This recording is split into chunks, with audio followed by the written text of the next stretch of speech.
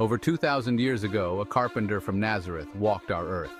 He challenged the status quo, he comforted the afflicted, and he dropped truth bombs that still resonate today. One such truth bomb: render unto Caesar the things that are Caesar's, and unto God the things that are God's. Simple words, profound implications. It's about navigating the tricky relationship between faith and politics, something folks have been grappling with for millennia. Think about it. We all live in Caesar's world. We pay taxes, we follow laws. We're part of a society with its own rules and rulers. But we're also called to be part of something bigger, something holier. We're called to follow our faith, to live by a different set of rules, those laid down by God. So how do we balance those two worlds?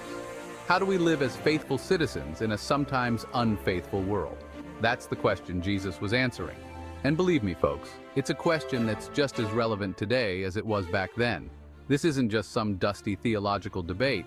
It's about how we live our lives, how we engage with the world around us. It's about our responsibilities as believers, as citizens, as human beings. It's about figuring out what we owe to our government and what we owe to something bigger than ourselves. And trust me, that's a conversation worth having. Picture this. It's the 1st century. Israel is under Roman occupation, tensions are high, people are looking for a savior, a leader to deliver them from oppression. Enter Jesus, stage left. He's preaching love, forgiveness, and a kingdom not of this world. People are flocking to him. He's upsetting the apple cart. The powers that be are definitely not amused. Then they try to trap him. The Pharisees, the religious scholars of the day, and the Herodians, supporters of the Roman king, come up with a plan. They ask him a loaded question about paying taxes to Caesar. It's a lose-lose situation. If Jesus says don't pay taxes, he's inciting rebellion against Rome. He'll be arrested, maybe even killed.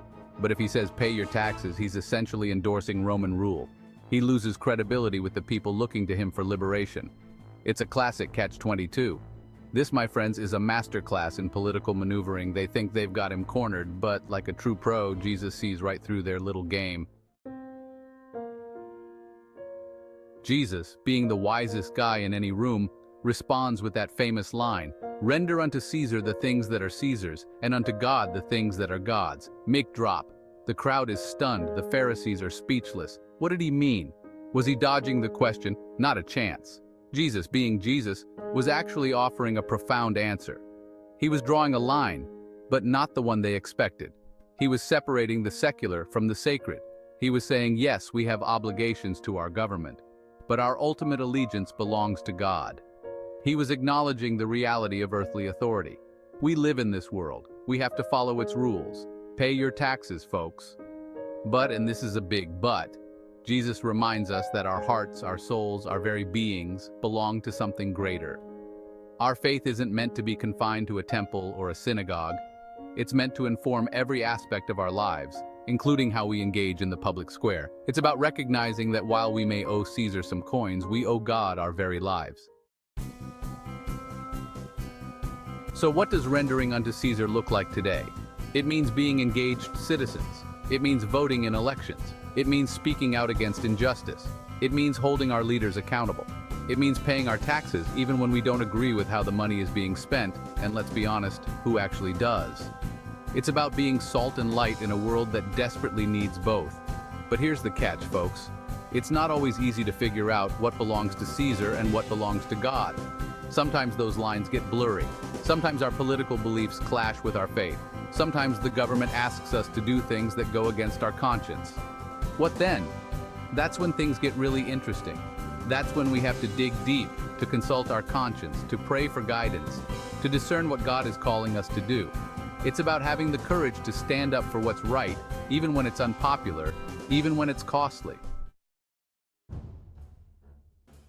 When laws clash with love. Remember, my friends, Caesar isn't always right. History is full of examples where laws were unjust, where governments abused their power, where people of faith had to take a stand. Think about the abolition of slavery. Think about the fight for civil rights. Think about the struggle for women's suffrage. These were all movements fueled by faith, by a belief that God's law of love trumped any man-made law. Take Martin Luther King Jr., for example. Here was a man deeply rooted in his Christian faith. He saw the injustice of segregation. He knew it was wrong, not just legally, but morally, spiritually. And he refused to stay silent. He spoke truth to power. He challenged the status quo. He risked his life for what he believed in. And he did it all while preaching love and nonviolence. He understood that true power doesn't come from the barrel of a gun, but from the power of love, from the unshakable belief in human dignity. He knew that sometimes you have to render unto God by disobeying Caesar. The Ballad and the Good Samaritan. Here's the deal. Faith isn't a spectator sport. It's not about sitting on the sidelines and hoping for the best. It's about getting your hands dirty, about rolling up your sleeves and getting involved in the messy, complicated world around us. Look, I'm not saying it's easy. Trust me, I know firsthand how frustrating and disheartening politics can be, but we can't just check out. We can't just retreat into our churches and synagogues and pretend the world outside doesn't exist. Our faith demands more of us. It calls us to be engaged citizens, to be the hands and feet of Christ in the world. It calls us to care for the poor, to welcome the stranger, to speak up for the voiceless, to fight for justice and equality for all. Remember the parable of the Good Samaritan? The priest and the Levite, those religious folks, they crossed the road to avoid getting involved.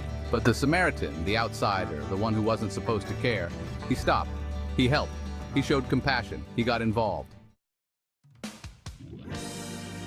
Finding your voice, finding your vote. That's our calling, folks.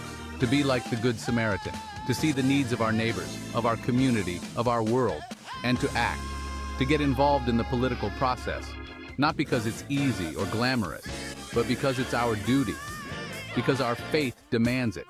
This doesn't mean we all have to run for office. So if you're feeling called to do that, go for it. We need more people of faith in government, but there are countless ways to make a difference. Vote. Seriously, folks, voting is not just a right, it's a responsibility. It's how we make our voices heard in a democracy. It's how we hold our leaders accountable. It's how we shape the future of our country. But it doesn't stop there. Get involved in your community. Volunteer your time. Support organizations that are making a difference. Write to your elected officials. Make your voice heard. Think back to the civil rights movement. It wasn't just about changing laws. It was about changing hearts and minds. It was about appealing to our shared humanity, to our common values. It was about people of faith, black and white, coming together and saying, "This is wrong. We're better than this." They marched, they sang, they prayed, they faced down fire hoses and police dogs. They endured beatings and jail time. Why? Because their faith demanded it. Because they knew that segregation, that discrimination, that hatred was an affront to God. They understood that rendering unto God meant fighting for justice, for equality, for the dignity of all people. They understood that faith without works is dead, and they were willing to put their lives on the line for what they believed in. But here's another thing Jesus was getting at with his answer. Don't mix up God and Caesar. Don't make an idol out of politics. Don't let your political beliefs become your religion. It's easy to do, folks. We live in a world that's constantly trying to divide us, to pit us against each other. We get so caught up in our political tribes, in our ideological bubbles, that we forget that we're all children of God.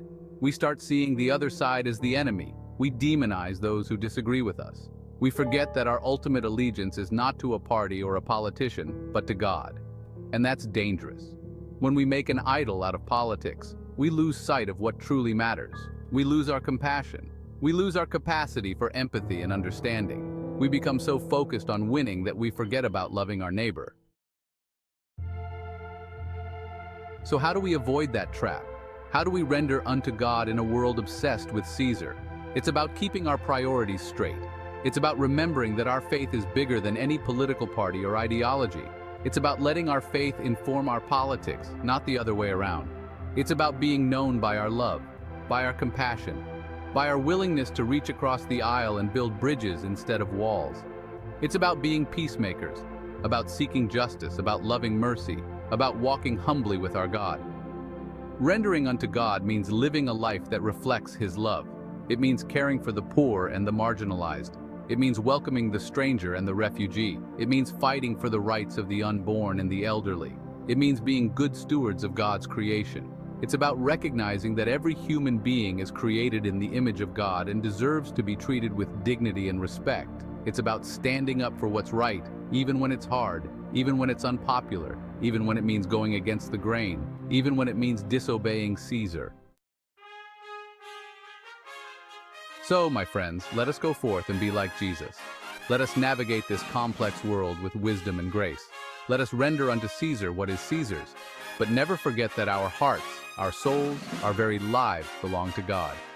Let us be known by our love, by our compassion, by our unwavering commitment to justice and righteousness.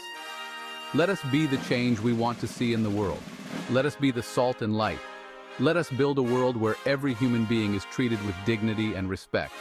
Let us build a world where love triumphs over hate, where justice rolls down like water, and righteousness like a mighty stream. Go forth and do likewise, and may God bless you all.